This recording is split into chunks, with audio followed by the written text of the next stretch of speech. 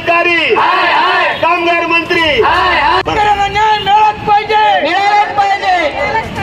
बेकायदेशीर खडी क्रशर, बेकायदेशीर खडी क्रशर, शेतकऱ्यांना न्याय, शेतकऱ्यांना न्याय, हे धंदे बंद झालेच पाहिजे.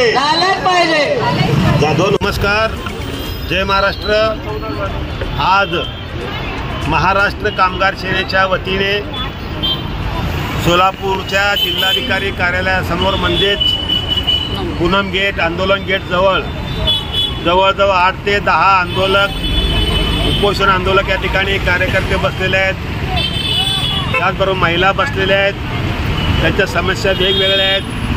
प्रामुख्याने 630 दिवस झाले, 1 महिन्यापासून 630 दिवसाच्या मोठ्या प्रमाणामध्ये बसलेले आहेत. यांच्याकडे शासन प्रशासन दुर्लक्ष करीत आहे.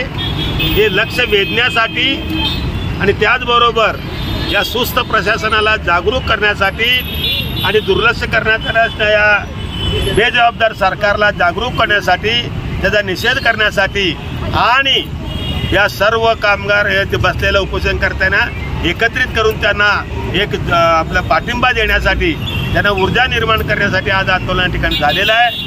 या आंदोलनाच्या माध्यमातून आपापल्या संघटना, आपापल्या प्रतिनिधी आपल्या व्यथा मांडल्या, त्यांच्या समस्या मांडलेल्या आहेत आणि त्या व्यथा शासनाने ऐकला असं मी गृहीत धरतो.